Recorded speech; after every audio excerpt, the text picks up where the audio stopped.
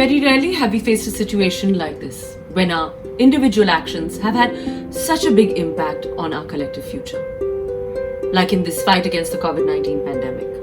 Only the strength of the human will can shield us. It's not just something we must demonstrate, but also celebrate in those warriors who have risen above these circumstances. Hello and welcome, this is Kareena Kapoor Khan, to this very special show dedicated to our frontline heroes, our very own Corona warriors.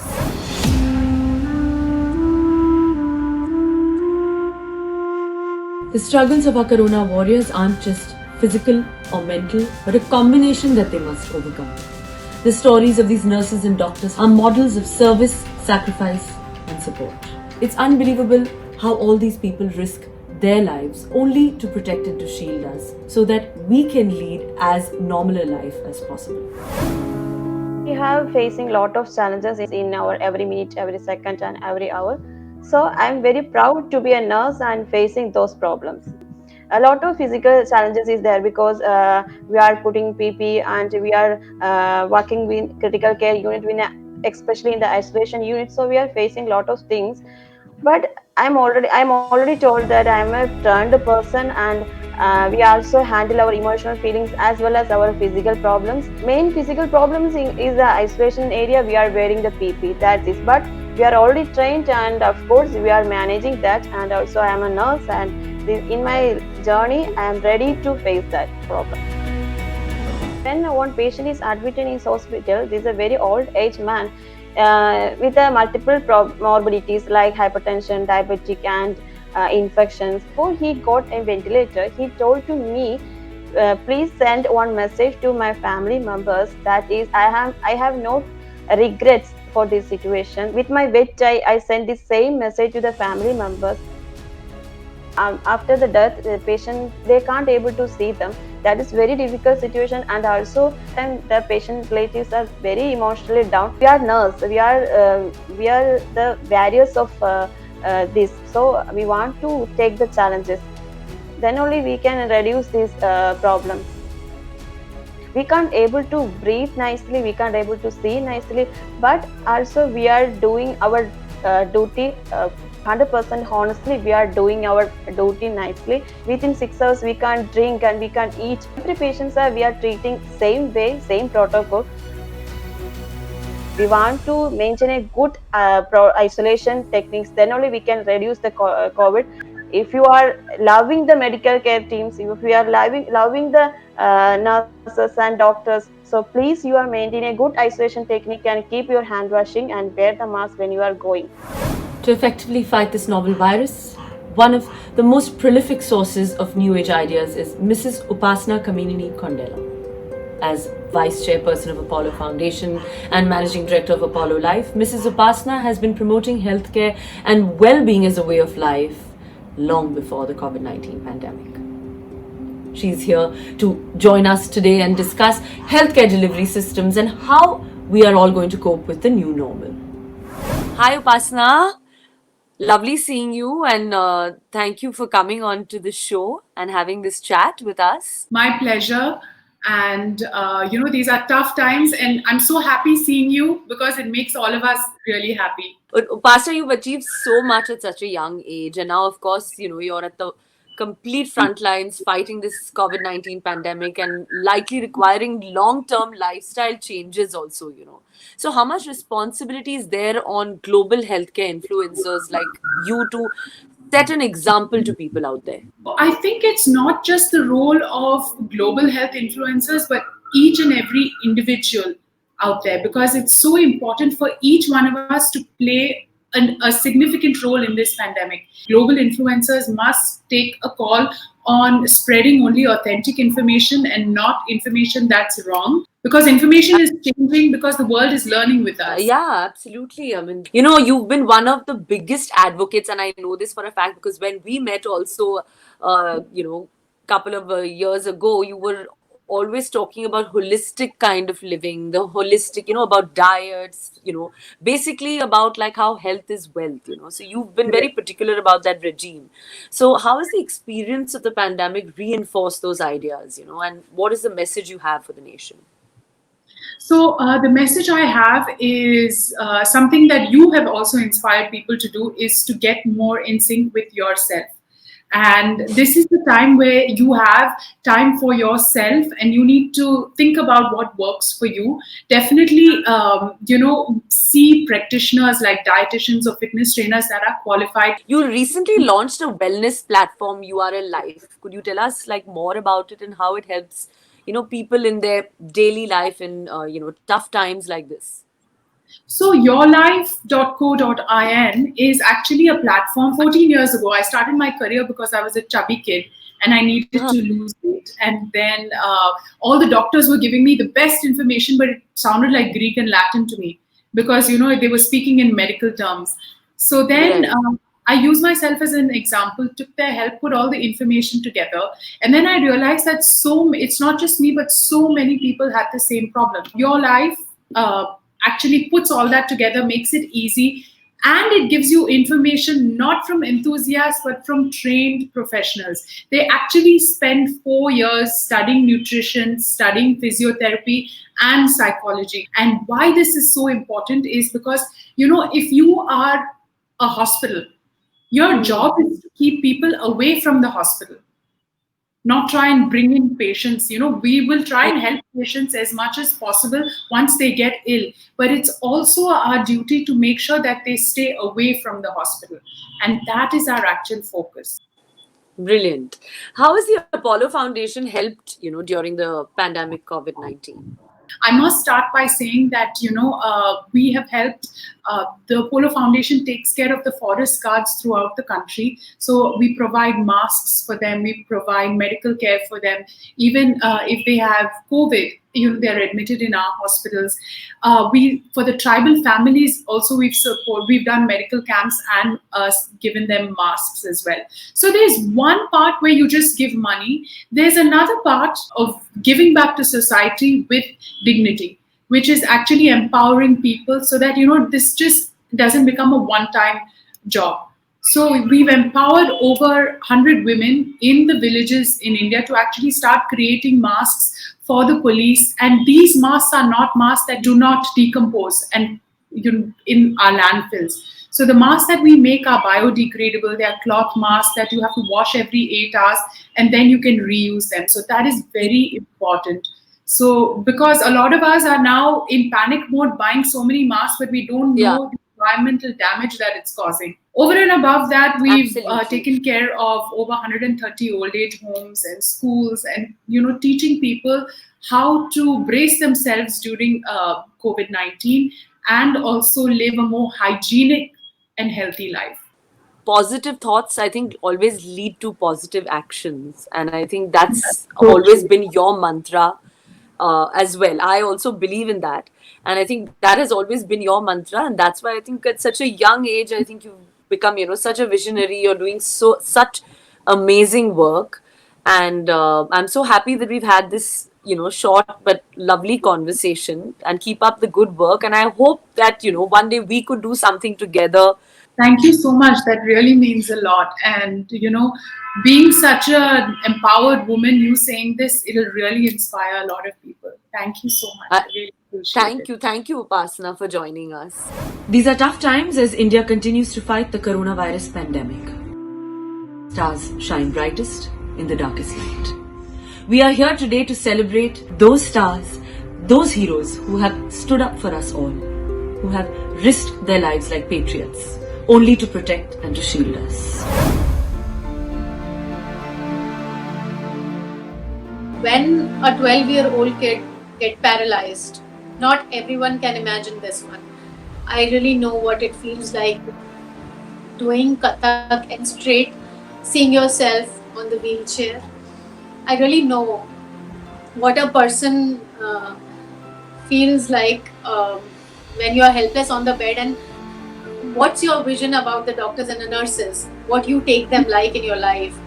I think that's the only light at that point of time. So for me, the only hope was my mother, because the way she treated me during all those paralysis days, day and night for me. So I got fully inspired by my mother. And then I decided to become a nursing officer because I wanted to tell everyone around me that if I can do it, you can also do it. Before lockdown, I was only an actress. But then something different has happened. Pradhan Mantri Shri Narendra Modi ji have announced the lockdown of 21 days. So I still remember that day. It was 24th of March. And believe me, then and there, that second, I just decided that I am no more an actress. Right now, I'm just a responsible nursing officer. So that country lockdown announcement alarmed the nursing officer inside me that, oh, it's a global pandemic and the country needs you. And today it has been around 3 months. I'm serving into the isolation ward of Hindu Hriday Samrat Balasaheb Thackeray Hospital. There are certain times when it was really hard to me. Very first incident was a 7-month-old kid, my first patient, Mohammed. और वो सिर्फ एक 7 महीने का बच्चा था जो अपनी नानी के साथ था वहाँ पर. उसकी मम्मा, मौसी और नानी was also COVID positive. But उसकी मम्मा हमारे हॉस्पिटल में नहीं थी. She was in Kasturba and वो बहुत मुश्किल था उसकी नानी के लिए उसको संभालना. बहुत मायूस था बिकॉज एक छोटा सा बच्चा जिसे अपने पापा के पास रहने की आदत है, जो नहीं है अपने पापा के पास, एंड एक छोटा सा बच्चा सिर्फ एक बेड तक लिमिटेड हो जाता है. सो I was really broken seeing him that, okay, what was his mistake that he's here into this situation. 26 days of giving him personal care in the isolation ward. Finally, Mohammed and his family, the mother and the nani and the masi, they became negative. Mohammed recovered. That was a challenge for the whole of the hospital, and definitely I made it personally. There are tougher times like that. There was a patient, Sanjay Thak. Every day I used to give him a personal care. I clicked his pictures with me, sending his daughter. And I remember that he told me, that the best thing he told me that वो industry से ही थे. I think he used to paint the boards of a theatre group. He told his daughter that, okay, there is a nurse. I'm perfectly fine now. वो मुझे जल्दी घर भेज देंगी, वो मुझे ठीक कर देंगी. And then suddenly after 4-5 days उनको बहुत ज़्यादा breathing distress था during all those times. जब वो एक दिन ऐसा हुआ, I just came home. 1 घंटा हुआ होगा मुझे, रात के 9 बजे मैं घर आई and suddenly I got a call from his daughter that ma'am पापा को कुछ हुआ है क्या? And I was shattered. I was like, no, he was fine. He was just having little breathing distress. He said, no, मुझे hospital से call आया है. He is no more. And I was like, what? वो रात मेरे लिए हमेशा memorable रहेगी because बाद में जब मुझे पता चला कि he was COVID negative और COVID negative होने की वजह से उनकी बॉडी हैंडओवर की जा रही है फैमिली को. बट मैं क्या देखती हूँ कि उनकी फैमिली में से सिर्फ एक छोटी लड़की है 24 साल की जो वहां पर खड़ी है और उसके साथ एक नेबर है. That's it. They were not allowed to take the body at home. Body बिल्कुल कवर्ड आई थी और मुझे आज भी याद है कि मैं पूरी रात शमशान घाट में वहां थी and I did the cremation of Sanjay Thak fearlessly. So I have a mixed experience जहाँ पर मैंने बहुत सारे रिश्ते खो दिए, वहीं पर कुछ ऐसे रिश्ते हैं जो मेरे पास हैं, मेरे साथ हैं. But it was it's still very tough coming back home after hours and hours and having all those sights in front of you कि आज आपने किसी को अपने सामने तड़पते हुए देखा है, आज कोई आपके सामने चला गया. And believe me, it's really difficult. It's time to hold each other's hand rather than discriminating with each other. I mean, we need to remember, we need to keep in mind to being human constantly कि आपको इंसानियत सबसे बड़ा धर्म है. I mean, कोई हिंदू मुस्लिम कोई discrimination, this should be the priority of the hour.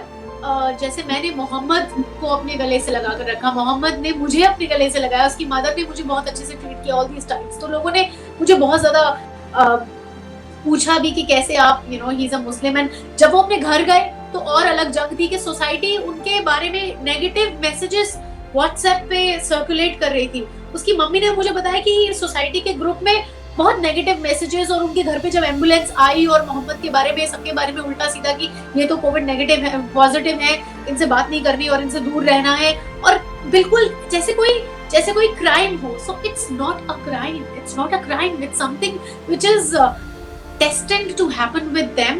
not with us, तो ये किसी के भी साथ हो सकता है. तो I think मुझे ये कहना है सबसे कि please, it's time to hold each other's hand tightly. अब हम इतना आगे आ गए, तो it's not the society should not discriminate the one.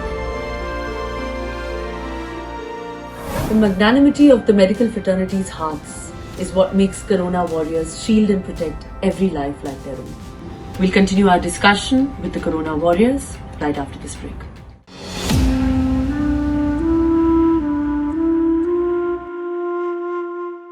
At the front line of this fight have been medical professionals, doctors, nurses, lab technicians, sanitation workers, pharmacists. The list is endless. They have shown us what bravery looks like. They give us hope that there is light at the end of the tunnel. I am Dr. V. Didipya Devaprasad. I am consultant and head of the intensive care unit, critical care unit at the Apollo Specialty Hospital. COVID has really reset our lives. Exclusive challenges that intensivist or a critical care specialist faces, and I'm care of the extremely sick COVID patients who have a very high likelihood of dying from that particular infection. There is a physical challenge of wearing the PPE. There's a physical challenge of not hearing what we normally want to hear. There's a physical challenge of not seeing what we normally want to see, and yet making the appropriate decision for our patients. At the starting of a shift, we don't find a problem, but during the end of a shift, with a lot of fogging that happens with the goggles, we find that it is very difficult to get a clear view of what we are looking at in a patient. So I would be lying to you if I say I was not afraid. Yes, I was afraid of walking into an ICU with all the negative things that we've heard. You just see your colleagues working tirelessly, unceasingly to care for this patient, and then you see the patient in front of you. I think that takes away your fear, and suddenly think the case that really touched most when I find this patient extremely quiet because he's been on a ventilator, he's fully sedated. I switch him on to a mode of ventilation where he can breathe on his own, and I find that he's breathing on his own. Came back at 2:15, I found that it has changed. It could be a block in his tube, and we immediately called for changing this particular tube. The process of intubation is a very frightening process. In a COVID ICU, it's a frightening process because the very act of passing in a tube is very infectious because you're opening the mouth of the patient, you're directly in contact with the mouth of the patient, and you're passing this tube. So this has been proven to be one of the most infectious contacts that you can have with any COVID patient. So this was really frightening. So people have always been with a mask and a face shield in. Yes, we did get a view, and we passed in this tube, and when we removed the tube that was inside, we were surprised to see that the entire tube was clogged with clotted blood. 1 minute the saturation came back to 90, and we were all very happy. And on Thursday, we again had to change the same tube for this patient. At this point of time, we've decided that this particular patient, we should give him an attempt of breathing on his own. So we removed the tube on Thursday and allowed him to breathe on his own. We knew that he had a fair chance to breathe on his own, but we were worried what if he were to crash, because once we go out, it is going to be a time before we come in. So we removed the tube and we let this patient breathe spontaneously. And this particular patient stayed well. Over the next 2 to 3 days, we could shift him down to a regular ICU because he became COVID negative, and he's gone back home. We've also had patients who've had bad outcomes. A healthy 44-year-old male. He's on a ventilator, he's not requiring too much of oxygen, but something didn't seem right about him. His heart rate was in the low 40s. We were always wondering why nothing abnormal. We did a cardiac consult, nothing was abnormal. We reviewed the chart, nothing on the chart of the medicines can explain his low heart rate. We looked at in the night, the nurse called and said, this particular patient is extremely restless, he's coughing, and he has a problem. So the doctor let us put his PP and went in. By the time he could just get into the room, this patient has already had a cardiac arrest. So they've tried, it was around 3 o'clock, and when we know that he was no more, very difficult to actually sleep that night. And she was taking care of another patient.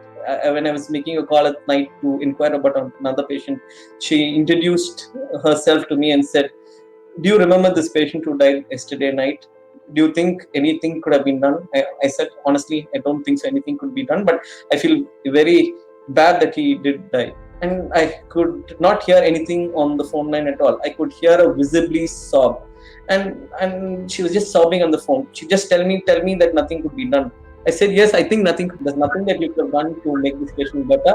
You tried your best, and only then you find that this particular nurse could come back to her emotional stability.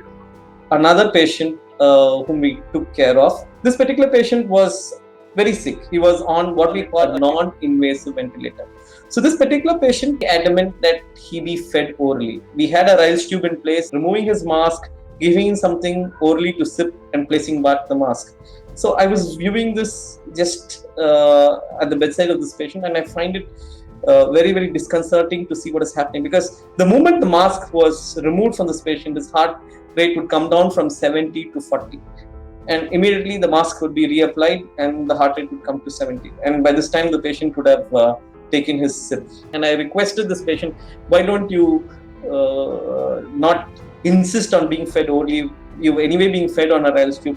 But he said, no, it's okay. Whatever happens, I'm going to have my diet the way I want it. Please allow me.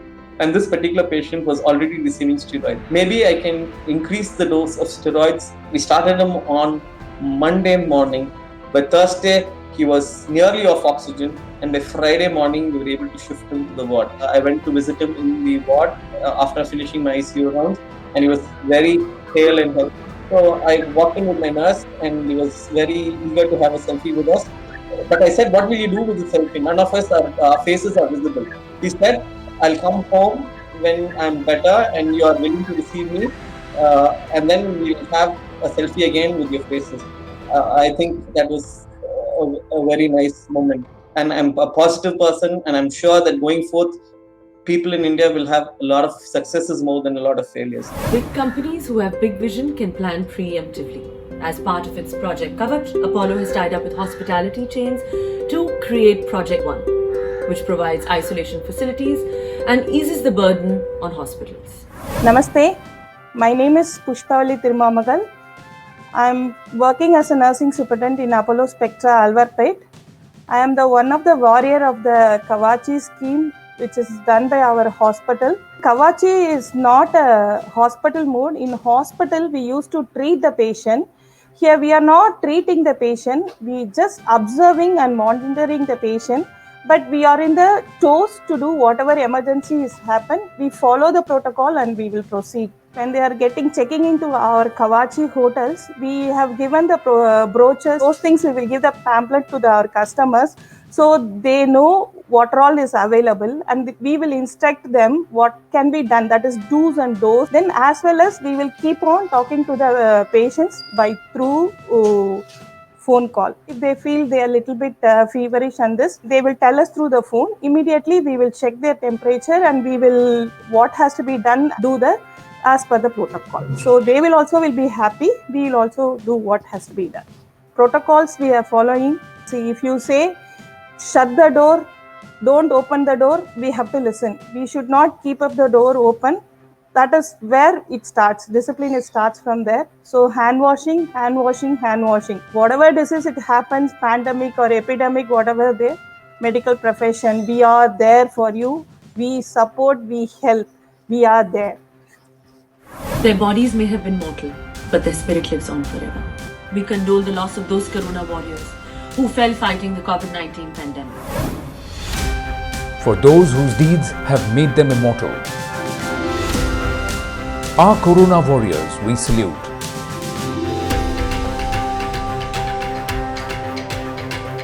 In our hearts filled with gratitude,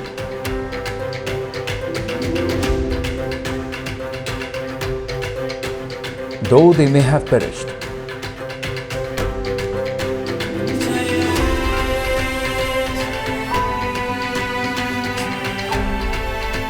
they will remain our national pride, a memory we cherish. Thank you so much, all of you, for joining us. These are highlights of our collective battle, which I'm sure we will win with such heroes in our midst. We salute you, Corona warriors.